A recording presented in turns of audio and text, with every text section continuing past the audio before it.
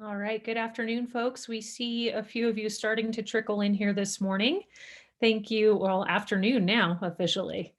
Thank you for joining us today. I am Julie Coster, the Executive Director for the Summit Alliance of Vacation Rental Managers.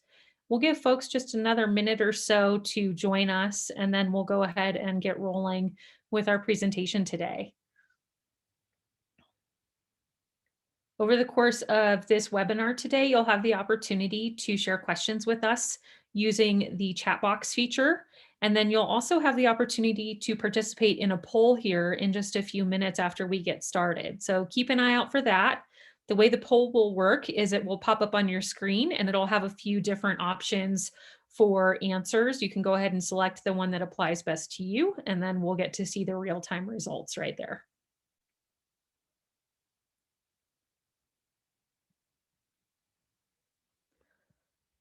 Also, while we're here today, it is lunchtime. So if you are hungry and would normally be eating lunch right about now, go ahead and grab your sandwich, what have you, have another minute or so before we get rolling. Make sure you have your cup of coffee or bottle of water.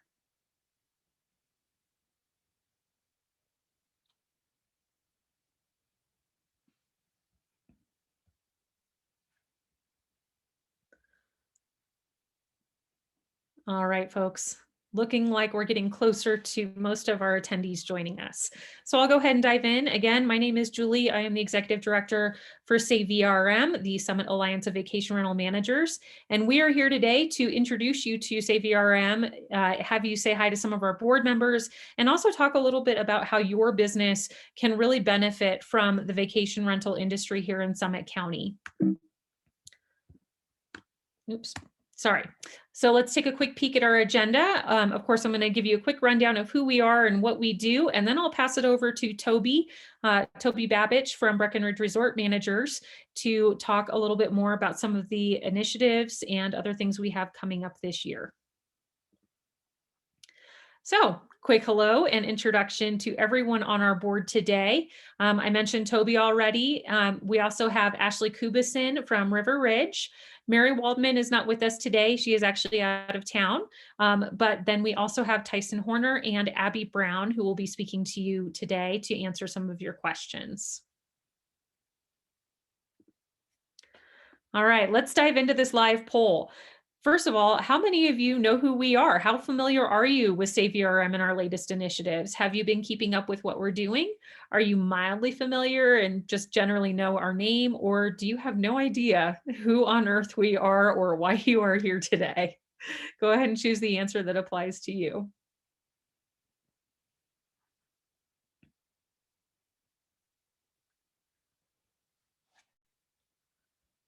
Awesome. All right. Well, looking kind of all over the place there. Looks like some of you are pretty familiar with who we are. A few of you kind of know, and some of you are like, who are these guys? And for that, I'll go ahead and toss it over to Toby, who can tell you a little bit more about that and explain who on earth SAVRM is and what we're doing. Yeah, thank you, Julie. It's interesting to see, and we're happy to have the 80% of you who are either somewhat or not at all familiar. Excited to get to know you a little bit. The concept for SAVRM was really formed during the pandemic. We formalized the concept in 2021 to ensure that our industry has a common voice to engage with local and state lawmakers and community members in all matters that impact our industry, our members, our employees, and most importantly, our community. Our main areas of focus are encouraging professionalism of our members, ensuring we are impacting our community positively, and advocating for fair and effective regulations concerning our industry. Our mission really centers around a simple premise. Managers, owners, and those that provide service to the industry are critical components of our community, and our voice matters in all community discussions.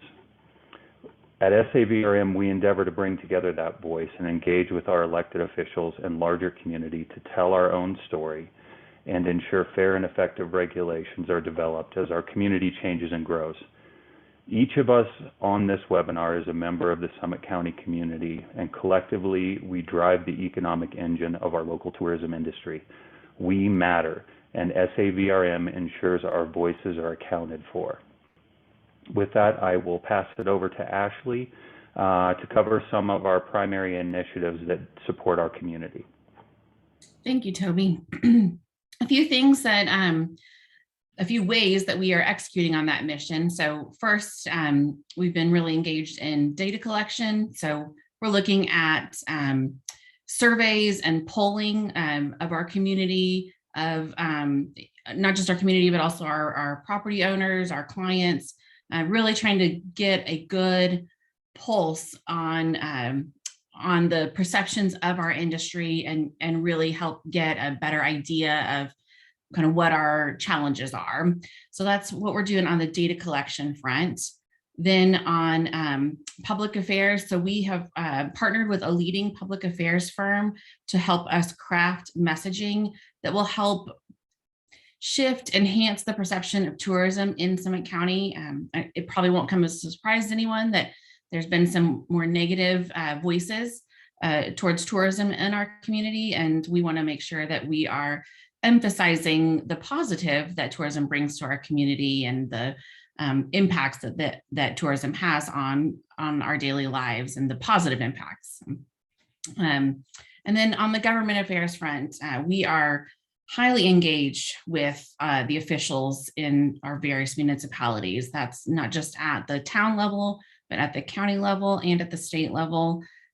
There have been challenges coming from every direction over the past year since we formed this group. We kind of initially formed thinking we'd put one fire out and we'd be done. It's been nonstop ever since we started this organization. And I mean, even this week has brought a whole host of new challenges. So, as many of you probably have heard, the county enacted a 9-month moratorium on short-term rentals yesterday. They are going to be crafting more strict regulations on short-term rentals over the course of that moratorium. And we are going to remain engaged in that process. They even actually gave us a shout out at the meeting yesterday because of our engagement with them. And so we want to make sure that we are continuing to have a seat at that table and that our voices and our representation is heard. There's also some challenges going on at the town of Breck level, as you all know. I mean, it's effectively a moratorium with the cap in place, and there's a lot of conversations going on there. There have been conversations happening in the state legislature as well when they were in session, and so we're remaining engaged on those fronts as well. So I will pass it over to Abby here to take over and go through a little bit about why joining SAVRM is a good idea. Thanks, Ashley. She really touched on some of the core things that we focus on a weekly basis when we meet. And I mean, this group, we're working every single day on those 3 initiatives. With these goals below and why you should join us, enrich, enhance, and engage. All of our goals are to improve our businesses as well as to improve our community. And it's something that we all are striving really hard. And I think it's really important that we work together. While we are all in separate industries, ultimately we're all connected here in Summit County because we do have a focus on tourism, resorts, but also our own lifestyles. Some of the ways that SAVRM actually supports local businesses, we represent with this group about half of all of the local vacation properties within Summit County. That's a huge inventory of properties that we have contact with, that we can communicate with on a regular basis. So as a member of SAVRM, you actually will have some access to those members and to those homeowners.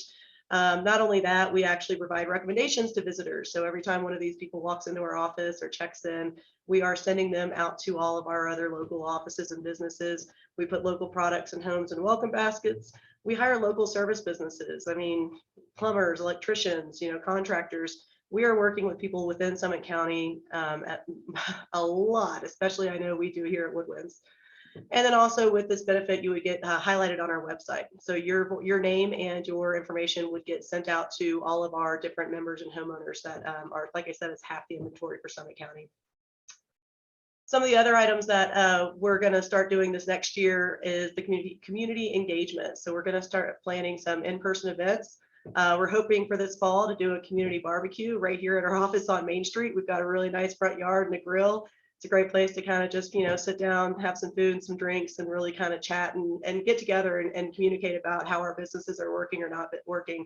And again, we represent a huge area of the Summit County tourism and really just all businesses. So it's a great to get together. We're also going to start doing some meet and greet happy hours around the county, not just in Breckenridge. We'd really like everybody to get together and really meet each other and again, just communicate. So get involved. So next up, Tyson, I believe that is you. Yeah, thank you, Abby. I appreciate that. So that was a very brief overview of what we do, and I just wanted to highlight a couple of those major points for folks. There was a lot of folks that just had never heard about us and what we do. And again, to highlight right now, collectively, we're representing over half of the vacation rental properties that are in Summit County. And I'm proud to be a member and proud to be a part of this great board that really is helping enlighten all of our members to make sure that we're aware of what's happening. As Ashley mentioned quickly, I mean, the tide has turned very quickly and continues to do that with both regulations and trends in the industry that are changing. And one thing that I think really has shown success with this organization is how powerful it's already become in such a short amount of time. The amount of members that we have, the percent of the homeowners that we're actually representing, and what that can translate to our individual vendors and community members that we hope to support is hundreds of thousands of reservations and guests that are going to be walking into our businesses that we're going to be hoping to steer towards your businesses, whether that's us hiring you as managers or individual owners being recommended and getting in front of those folks. It's very easy when you go through SAVRM to be able to access both professionals and the homeowners that are across the country. So how can you join? Honestly, we've got membership rates that start at $25, which is ridiculously low for the number of properties that we represent. Sponsors that are going to be at the $500 level or above, you're going to have access to some of our members' private emails. Not that we're going to give you that, but we're going to submit that to our members for you so that you can get in front of these individual homeowners and in front of some of the, not some, but all of our guests as well that we're going to help steer into these local businesses. So in order to do that, visit our website, savrm.org. There's a membership page that's available as well as additional information on our organization so you can spend some more time getting into that. But we really need your help right now to help us continue to bring the customers and clients and homeowners back into the local community so we can continue to help you. And right now, with the momentum that we've got at the SAVRM, we want to continue that. There's a lot of great efforts that we're going to continue to push out to make sure that we are a viable avenue for our local vendors to continue to perform services and sell goods to our mutual customers. And that's what we're looking for. So again, visit savrm.org to join. There's also a QR code here that you can hit for, feel free to take a quick picture of that, and that'll get you a link straight to our site to be able to join as well. So I'm going to kick that back over to Julie for additional questions that we have. And thank you guys for your time and attention today. Awesome. Thank you so much, Tyson, Abby, our entire board for your support today and for all of the great highlights of what SAVRM is up to right now. Again, similar to what you have already heard, right now, the biggest threat to our industry is constant regulation, constant taxing of our homeowners and our guests. And it's really putting a lot of pressure on all of these different companies, including some of your own companies, to really operate successfully here in Summit County. The 9-month moratorium yesterday is just one more piece of this big giant moving puzzle. There's rumors coming out of the state legislature that commercial taxation of vacation rental properties might land on the table again in the next legislative session. As a lot of us know who are close to this industry, that topic has come up in almost every session for the last several years. So part of our efforts and part of what we have going on, so you understand a little bit more about where the dollar goes when you participate with SAVRM, is we're using those funds to support a very wide scale public affairs effort, which Ashley mentioned earlier. We will be talking to state legislators. We will be influencing media outlets. We will be talking to people in our community at a grassroots level, town council members, the county commissioners, really using our political strategy and dollars to fund those efforts. Our entire board here at SAVRM is a volunteer board. I am the only official employee of SAVRM. And in addition to myself, we have that public affairs firm. So we do have a pretty dynamic budget that does change based on what we're dealing with and what we're battling at the moment. Right now, we are ramping up towards a very large scale effort here as we get ready for the summer and all of the things that are going to come out of what happened yesterday with the county commissioners. So with that, I would love to open it up to some questions. I know a lot of you weren't familiar with us at the start of this, so we would love to answer any questions you might have. I am going to open up the chat here and take a look at any questions we might have from you all. And as people are getting their questions together, Julie, I just wanted to add in a couple things that we've all discussed and make sure the community members that are just getting to know us are not confused about what our mission is. Our mission, of course, is to make sure we have a thriving and vibrant tourism industry, and that we are all able to service that and economically survive up here in a very expensive place to live. Though it's a beautiful place to live, but that's not our only focus. We also have a very heavy focus on, as I said earlier, making sure we're positively impacting our community. And that includes making sure we're at the table for the discussions around housing, which we have been. You know, we were actually one of the first to propose the landing locals concept before that company came in. You know, we're working with the county right now on just how we can become involved as they start to develop workforce housing and you know, partner in any way we can.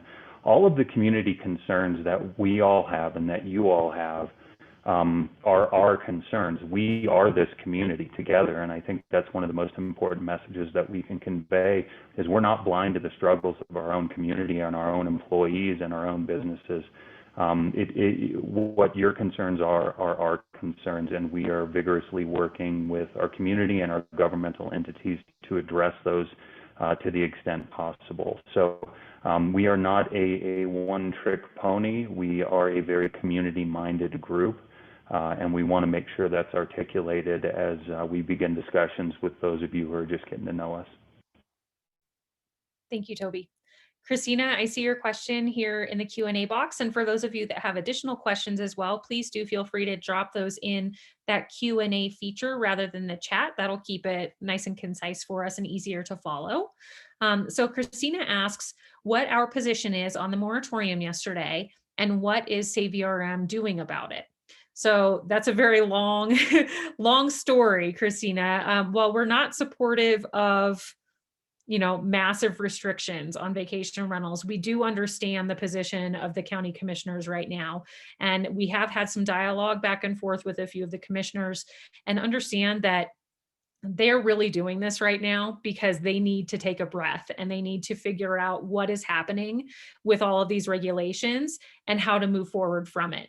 We did hear yesterday that there was some statement that they might not use the entire 9-month moratorium. We have our doubts about that. We would expect it to go the full 9 months, but we do know that there is an open pathway of communication for us. So one of the things that we're doing yesterday, our board and Ashley Kubison really spearheaded this effort, put together some recommendations as far as what this neighborhood overlay zone looks like and offering some different scenarios and different perspectives on how we can approach zoning within the county and these type 1, type 2, and type 3 licenses, how it impacts business, and really looking at the big picture with all of that data that we have collected to be able to show there are better ways to do this, right? There's so much more to this puzzle than just shutting down vacation rental permits for the next 9 months. We've got a lot more to figure out here. Philip, I also, awesome. I hope that answered your question. Philip, I see your question also. What exactly is being done to help influence regulation development? At least in Breckenridge, the town council put the cap on STRs and then like the next day approved a new exempted development. Yes, this is also a very big question that we've been facing and working on quite a bit. The very first thing with Breckenridge, we actually have one of our board members who is participating in the tourism overlay task force. I agree, Philip. It's very, very upsetting. So Abby is here from Woodwinds, and Abby is actually on that task force for the tourism overlay. And there was a meeting yesterday. So Abby, would you be able to give a little bit of insight about how that process is working and what we're doing at that level? Yeah, absolutely. This has been a really big sticking point for me as well, because they're capping private owners and then allowing kind of a free reign for rental properties for, hotels and timeshares and things like that. One of the first goals of the town was to actually include those in that main cap number. They're finally realizing that's a terrible idea. We weren't even allowed to discuss how to handle the growth within this task force until the very end, and it just wasn't enough time to really get through it. So we're all trying to work behind the scenes with the council members and explain how those exempt properties work. Last night, I think they actually made some progress. They are discussing, the problem is you can't cap that development. What you can do is restrict how many licenses that they're going to get and be able to rent. So they're talking right now about setting certain standards, what we now consider these exempt properties will have to meet, and not all of them will meet that criteria. And then hopefully at that point capping the amount, so then people can't just start building timeshares or tearing down complexes and converting, things like that. So that's where we are right now with the town council. I completely understand that they're cutting everyone else off and then building these new developments. Yeah, that was extremely frustrating, and nobody was happy about that within Breckenridge. So it is still ongoing discussions. Town council completely understands that that is not something that people are happy about, but their hands are tied as far as the actual development. So right now we're working on how to restrict that within just the licensing, and also to really remove those numbers from affecting everybody else's number within this cap that they're trying to set, which again was just sort of an arbitrary number. So this is still an ongoing process. I really and truly don't expect any type of ordinance or language for probably a couple of months on this. There's a lot of circles. They really kind of circled back, going back to the task force committee recommendation last night, whereas they were starting to veer off. So that's a long-winded answer of saying no answer right now, but we are actively working on it on a daily basis. So. Awesome. Yeah, I'm going to jump in and just point out, as much as we want to have a lot of influence on our elected officials, at the same time, there is a whole another side of the coin that's also trying to influence them. And so that's a lot of the effort that we're trying to put in right now is and what we've talked about is we've been very defensive up until this point. We've been defending ourselves and our industry and our property owners on every turn, but we've got to get ourselves into offensive mode, and we've got to start proactively really helping turn the whole community perception around short-term rentals so that we aren't continuously fighting these battles, so that we don't have to put out fire after fire and defend ourselves at every turn, until the day comes where we are seen as a positive, valuable piece of our community. We're going to be in this position. And so that's a lot of why we're really putting a lot of effort and energy and money into this public affairs campaign, because we've got to get the public on our side.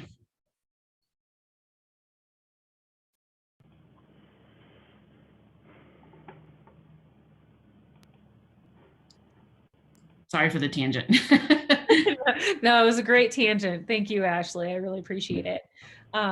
Toby, did you have something to add? I saw you take yourself off. I don't want to belabor the point, but there was a time not too long ago, I'll call it 2018, where, we were 10 years out of a recession, scraping and fighting for tourism so that we can support our businesses.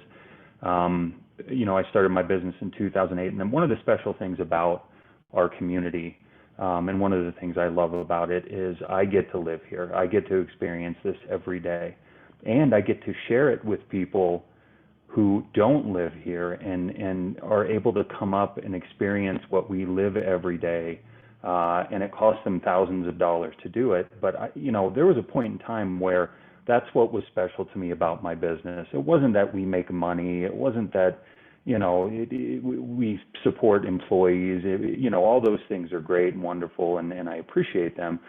But it's that we get to welcome people into this community for a short period of time and help them enjoy and experience the things that we get to experience every day and that we all take for granted. And, I think, Ashley, to your point, I'd love to see us get back to that bygone era of really appreciating our tourists and appreciating the visitors to our towns and our second homeowners and readopting them as part of this Summit County community that I've raised my family in, I grew up in, and I really love. And, I hope we can get to that place. And that's, the data projects that we're doing and the public affairs projects that we're doing and the videos we're developing.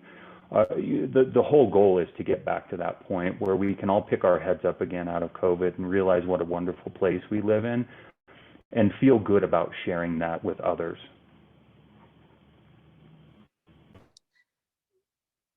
Yes, absolutely. That is our common goal for sure.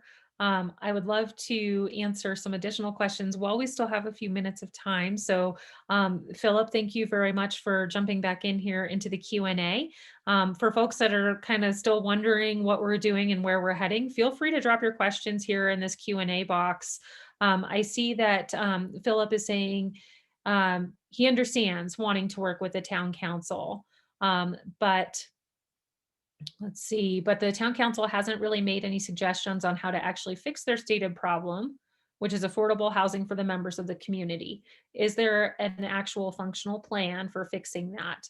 None of the plans I have seen from Breckenridge have any hard, here's how we're going to get there with anticipated timelines.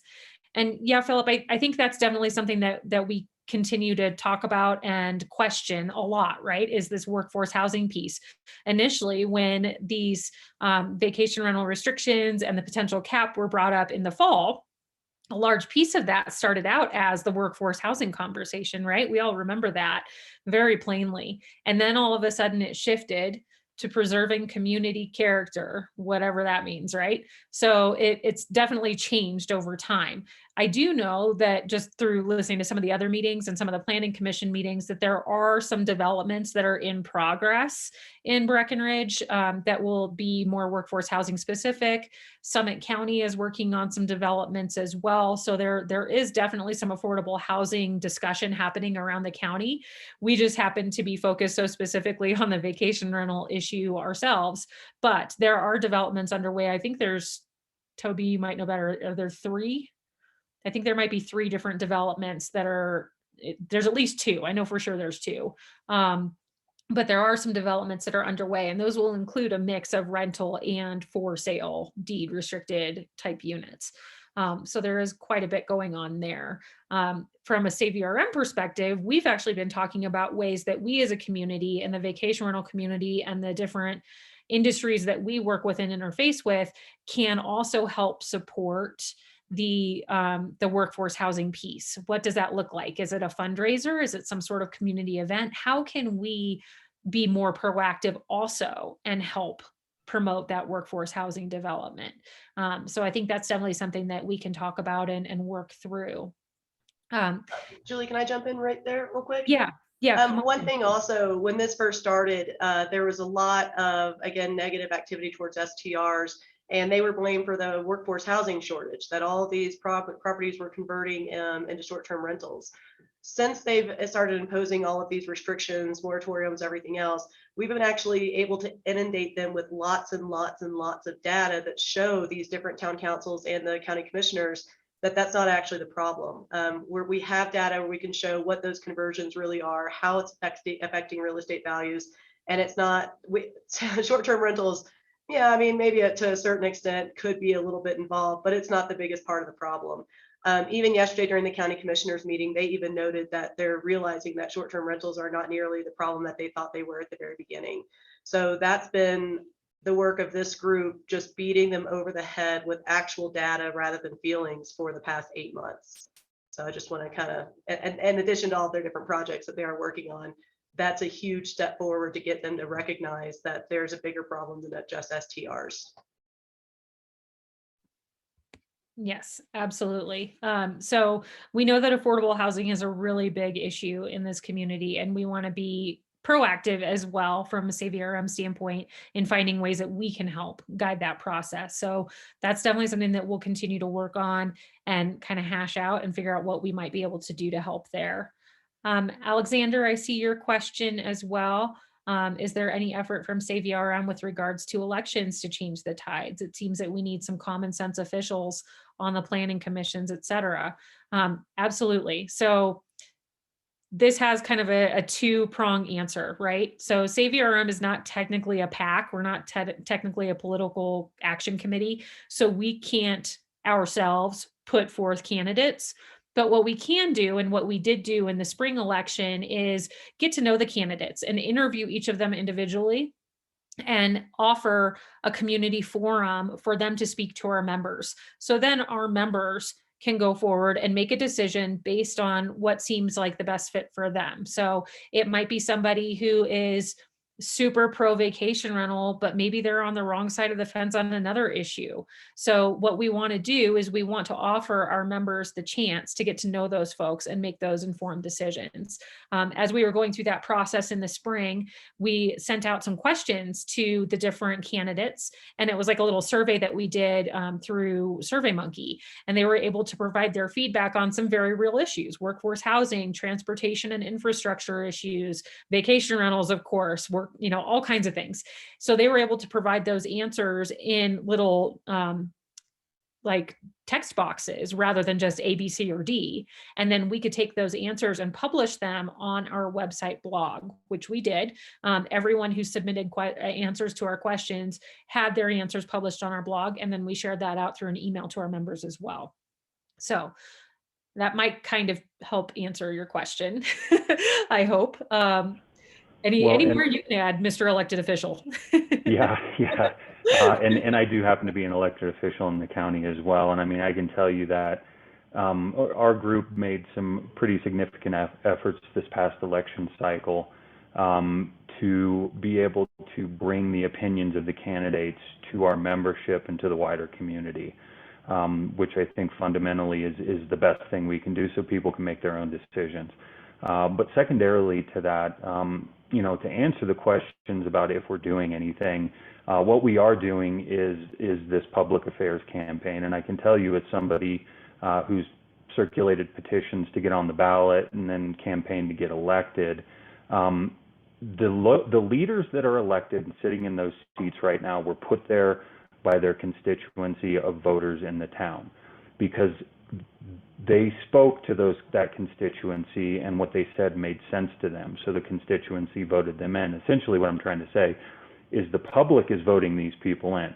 So we can try to change the minds of the lawmakers, but if we're out of lockstep with the constituency that's voting them in, then they're not going to pay attention to us. So our job is to change the perception of the constituency that's voting for these leaders, and that's what our public affairs campaign is going to do, is bust some of the myths that are out there, present some of the data that people just don't get to see, and try to change that public perception from our industry being a boogeyman to our industry actually being a benefit to our community. And when that happens, then we can make headway on getting leaders elected who, as you say, maybe need a little bit more common sense when it comes to things like this. So that's what we're doing proactively to influence our elections, is we're influencing public perception. Thank you, Toby. Christina, yes, I see your message also asking about how we're going to use the data that we have and what we're going to be doing there. So essentially, yes, we are going to be sharing the data and working with both local and state-based press on this whole issue, right? We have at our disposal right now, we have data on the number of jobs that are associated with vacation rentals. We have data on the tax dollars that are contributed to the community and what those tax dollars are used for. We have a huge amount of data. It's kind of mind blowing what we've got. So what we have done so far is I've taken the data and broken it down into easier to digest pieces in sort of like a PowerPoint deck. So we can then share that PowerPoint deck out and then answer more detailed questions on those pieces of data as those questions arise. So because there is so much to look at, the current version of the PowerPoint deck is almost 20 pages, and it's just one data point on each page, and they're really big data points.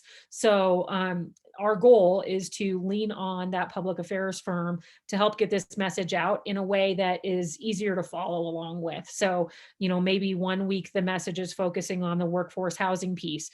Maybe the next week it's focusing on jobs, things like that, kind of breaking it out in a storytelling sort of format to help people really understand the impacts of vacation rentals in this community on all parts of this community.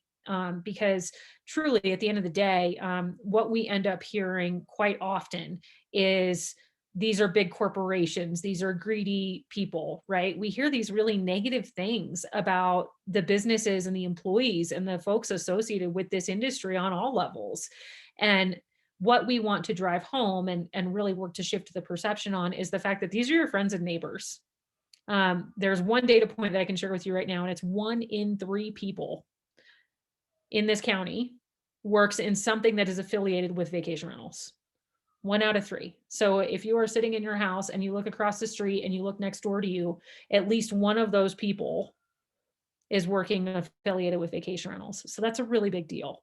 And there's so much more beyond that. But that one piece of data kind of helps humanize the industry and share the message that we are your friends, we are your neighbors, our kids go to school together, we're in Girl Scouts together, whatever it is, and really help folks understand who we are. I hope that answers your question. Bryce, I see your note here. Is there a plan to educate the community on what homes would need to rent for to cover costs in the current economy for homeowners? It really seems that the community feels that STR is greed driven versus the only way to own a second home in Summit County. The perception that these feelings seem to be leading to legislation that in no way creates affordable housing, but instead feeds into the demonization of STR owners. Yes, 100%. And I feel like I might have answered that a little bit along with Christina's question, but that's definitely going to be a piece of the entire process is going to be to share this data to support those pieces. We do have information about AMI. You've probably seen AMI reference when we talk about deed restricted units. That's the area median income. So it's the amount of money you need to make in order to be able to afford to live here. And the county commissioners reference that data quite a bit. And they also have been talking recently about adjusting the AMI for the affordable housing units. There's a range from 100 to 150% AMI. 100% is basically the middle of the road. That's what the average income is in Summit County. And then 150 is, a portion of the county earns above that average number, right? So if we look at some of those pieces of data, it really tells you the full picture of how much money people need to make in order to be able to afford to live here, based on a 2-earner household or a couple that doesn't have any kids versus a couple who does have kids. So there's a lot of different parts of that data as well. And that is all included in that packet that we're putting together to try to get some of this information out there. And yeah, I would agree with you. There's definitely been some demonization of the industry and some blame placing, if you will, that the reason real estate values are what they are in the county right now is because of STRs.